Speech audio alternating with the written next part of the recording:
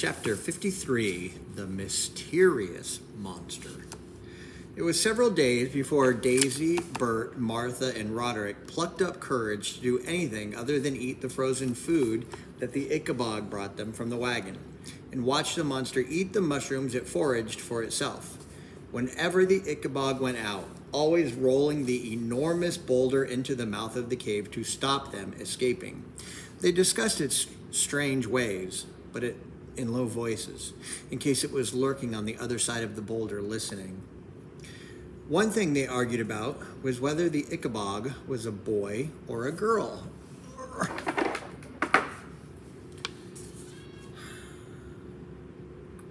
Daisy, Bert, and Roderick all thought it was a male because of the booming depth of its voice. But Martha, who'd looked after sheep before her family had starved to death, thought the Ickabog was a girl. Its belly's growing, she told them. I think it's going to have babies. The other thing the children discussed, of course, was exactly when the Ickabog was likely to eat them, and whether they were going to be able to fight it off when it tried. I think we've got a bit of time yet, said Bert, looking at Daisy and Martha, who were still very skinny from their time at the orphanage. You two wouldn't make much of a meal. If I got it round the back of the neck, said Roderick, miming the action, and Bert hit it really hard in the stomach. We'll never be able to overpower the Ickabog, said Daisy. It can move a boulder as big as itself. We're nowhere near strong enough. If only we had a weapon, said Bert, standing up and kicking a stone across the cave. Don't you think it's odd, said Daisy, that all we've seen the Ickabog eat is mushrooms? Don't you feel as though it's pretending to be fiercer than it really is? It eats sheep, said Martha. Where did all this wool come from if it hasn't eaten sheep? Maybe it just saved up wisps of wool caught on brambles, suggested Daisy, picking up a bit of the soft white fluff. I still don't understand why there aren't any bones in here, if it's in the habit of eating creatures. What about that song it sings every night, said Bert. It gives me the creeps. If you ask me, that's a battle song. It scares me too, said Martha. I wonder what it means, said Daisy. A few minutes later, the giant boulder at the mouth of the cave shifted again, and the Ickabog reappeared with its two baskets, one full of mushrooms, as usual, and the other packed with frozen Kurtzberg cheeses. Everyone ate while talking, as they always did, and after the Ickabog had tidied away its baskets and poked up the fire, it moved as the sun was setting to the mouth of the cave, ready to sing its strange song in the language the humans could not understand. Daisy stood up. What are you doing? Whispered Bert, grabbing her ankle. Sit down. No, said Daisy, pulling herself free. I want to talk to it. So she walked boldly to the mouth of the cave and sat down beside the Ickabog. Chapter 54, The Song of the Ickabog. The Ickabog had just drawn breath with its usual sound of an inflating bagpipe when Daisy said, What language do you sing in, Ickabog? The Ickabog looked down at her, startled to find Daisy so close. At first, Daisy thought it was not going to answer, but at last it said in a slow, deep voice, Ickarish. And what's the song about? It's the story of Ickabogs, and of your kind, too. You mean people, said Daisy. People, yes, said the Ickabog. The two stories are one story, because people were borned out of Ickabogs. It drew in its breath to sing again, but Daisy said, What does borned mean? Is it the same as born? No, said the Ickabog, looking down at her. Borned is very different from being born. It's how new Ickabogs come to be. Daisy wanted to be polite, seeing how enormous the Ickabog was, so she said cautiously, That does sound a bit like being born. Well, it isn't, said the Ickabog in its deep voice. Born and borned are very different. When babies are borned, we who have borned them die. Always? Asked Daisy, noticing how the Ickabog absent-mindedly rubbed its tummy as it spoke. Always, said the Ickabog. Always, said the Ickabog. That is the way of the Ickabog. To live with your children is one of the strangeness of people. But that's so sad, said Daisy slowly. To die when your children are born? It isn't sad at all, said the Ickabog. The boarding is a glorious thing. Our whole lives lead up to the boarding. What we're doing and what we're feeling when our babies are borned gives them their natures. It is very important to have a good boarding. I don't understand, said Daisy. If I die sad and hopeless, explained the Ickabog, my babies won't survive. I've watched my fellow Ickabogs die in despair one by one, and their babies survive them only by seconds. An Ickabog cannot live without hope. I am the last Ickabog left, and my boarding will be the most important boarding in history, because if my boarding goes well, our species will survive, and if not, Ickabogs will be gone forever. All our troubles began from a bad boarding, you know. Oh, sorry. I don't know who said. All our troubles began from a bad boarding, you know. Is that what your song's about? Asked Daisy. The bad boarding? The Ickabog nodded, its eyes fixed on the darkening snowy marsh. Then it took yet another deep bagpipe breath and began to sing. And this time it sang in words that the humans could understand. So the song is kind of long, 3 pages, 2.5 pages. So I'm just going to read it, not in that deep voice. But this is the song. At the dawn of time, when only Ickabogs existed stony, man was not created with his cold, flint-hearted ways. Then the world in its perfection was like heaven's bright reflection. No one hunted us or harmed us in those lost, beloved days. Oh, Ickabogs, come boarding back. Come boarding back, my Ickabogs. Oh, Ickabogs, come boarding back. Come boarding back, my own. Then tragedy, one stormy night, came bitterness, born of fright. And bitterness so tall and stout was different from its fellows. Its voice was rough, its ways were mean. The likes of it had not been seen before, and so they drove it out with angry blows and bellows. O Ickabogs, be borned wise, my Ickabogs. O Ickabogs, be borned wise, my son. 1,000 miles from its old home, its boarding time arrived alone. In darkness, bitterness expired, and hatred came to being. A hairless Ickabog this last, a beast sworn to avenge the past. With bloodlust was the creature fired, its evil eye far-seeing.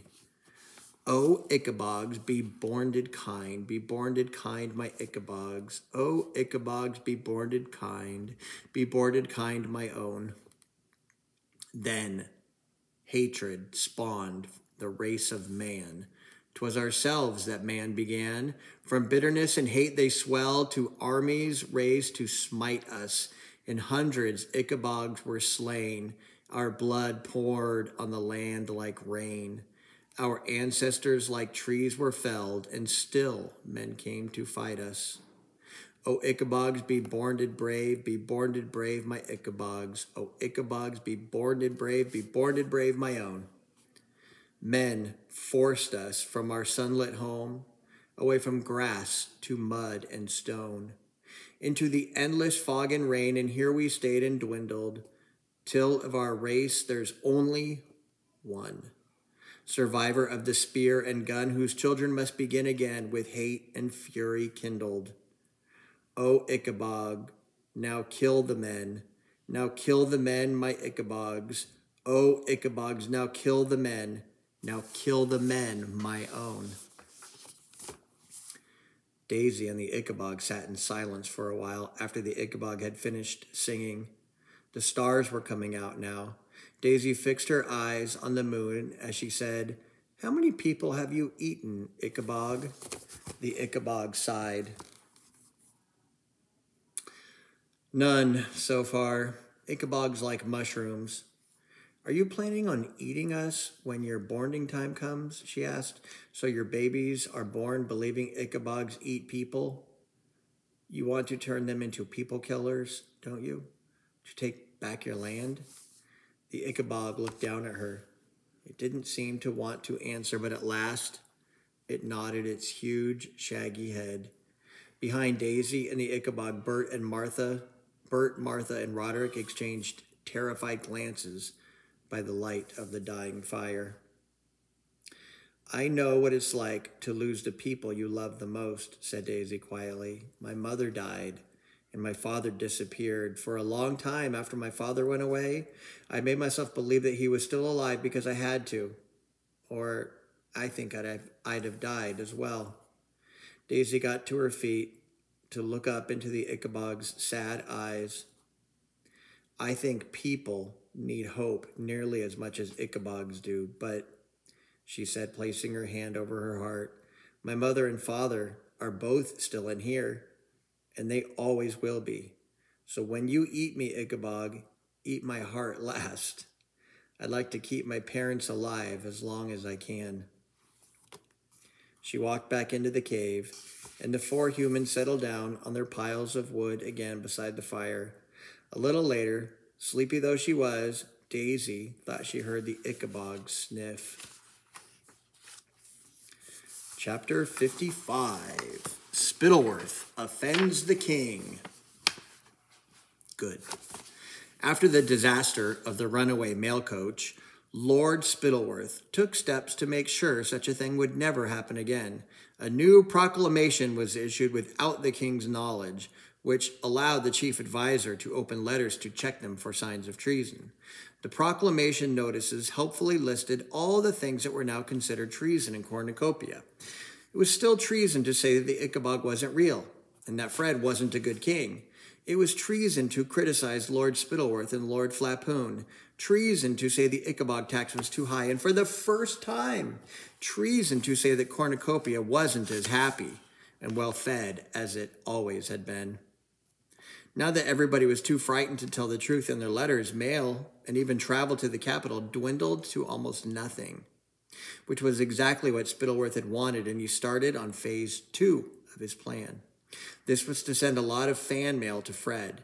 As these letters could not all have the same handwriting, Spittleworth had shut up a few soldiers in a room with a stack of papers and a lot of quills and told them what to write. Praise the king, of course, said Spittleworth as he swept up and down in front of the men in his chief advisor's robes.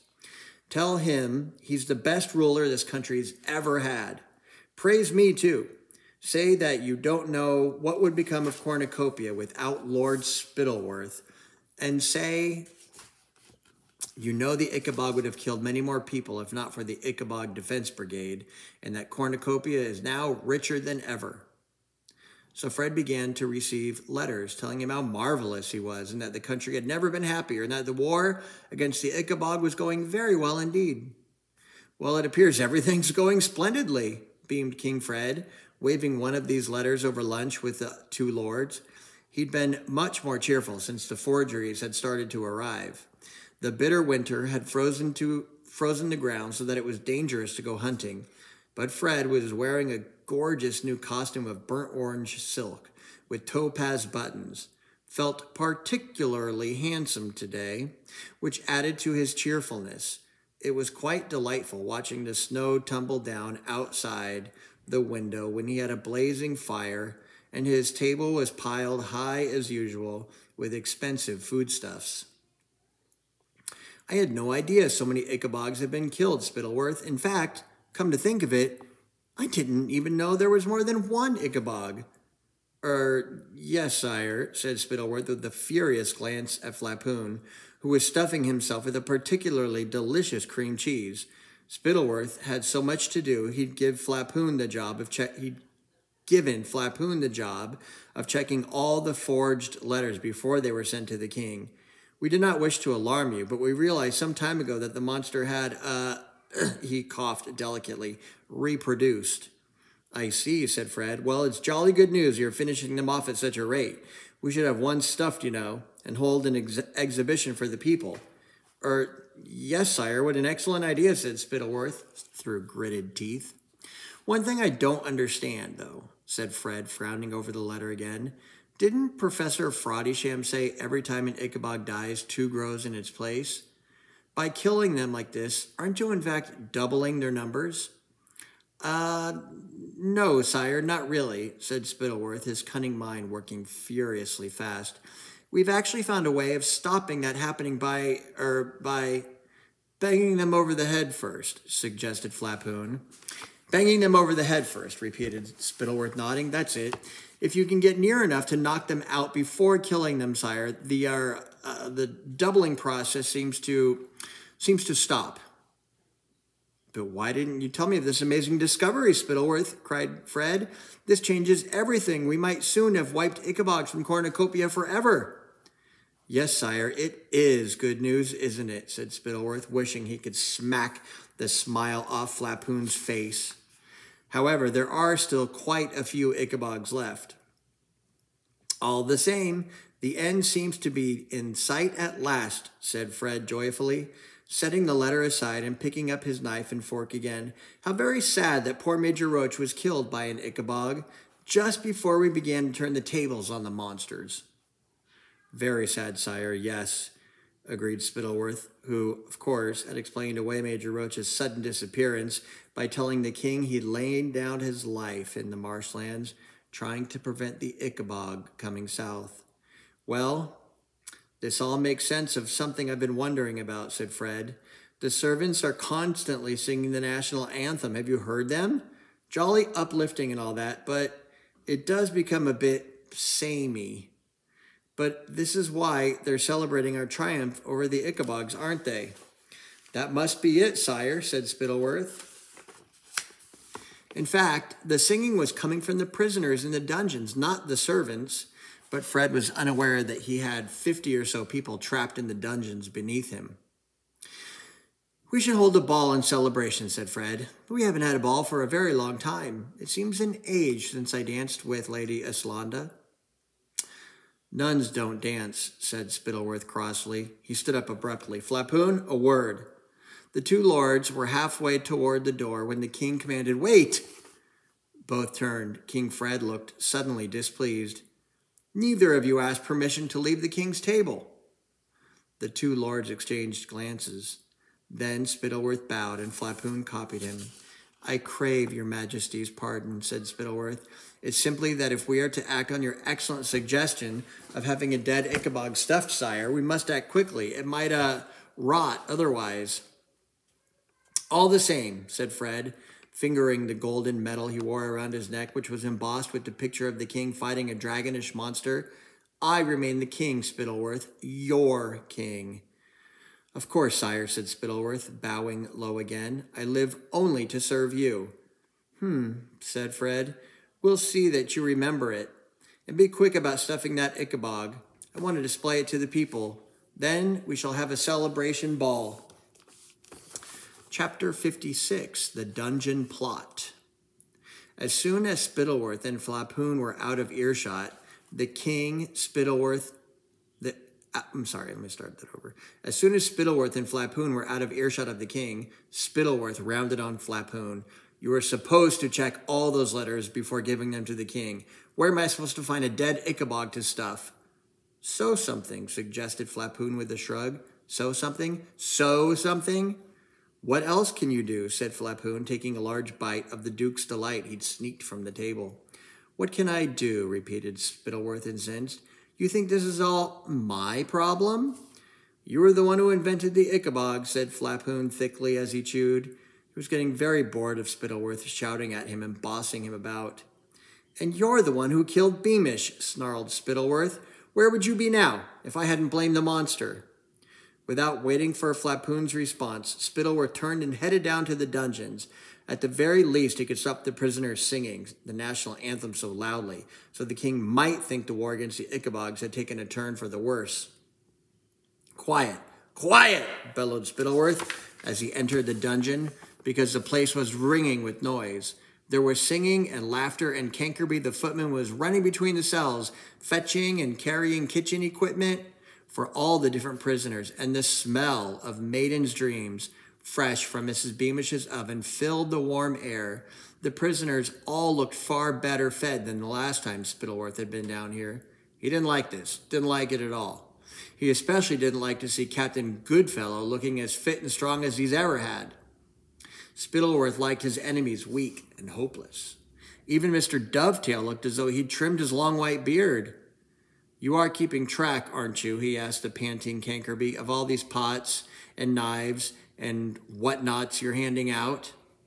Of course, my lord," gasped the footman, not liking to admit that he was so confused by all the orders Mrs. Beamish was giving him that he had no idea which prisoner had what.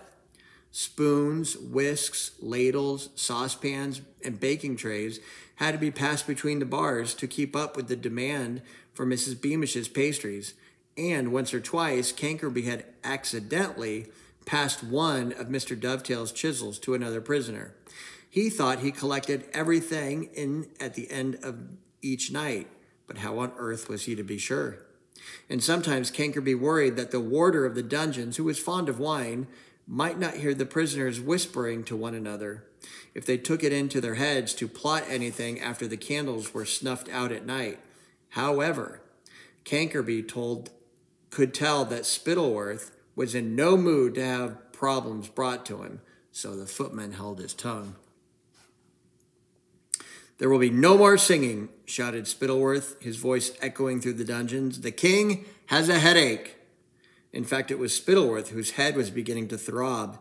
He forgot the prisoners as soon as he turned his back on them and fell back to pondering how on earth he was going to make a convincing stuffed Ickabog.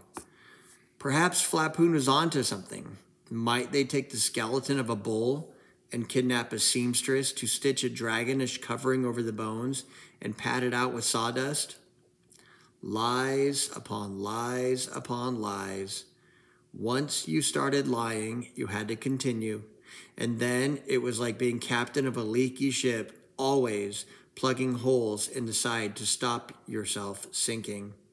Lost in thoughts of skeletons and sawdust, Spittleworth had no idea that he'd just turned his back on what promised to be his biggest problem yet, a dungeon full of plotting prisoners, each of whom had knives and chisels hidden beneath their blankets and behind loose bricks in their walls. There I will stop on this video. Chapter 57 is next. We're almost done.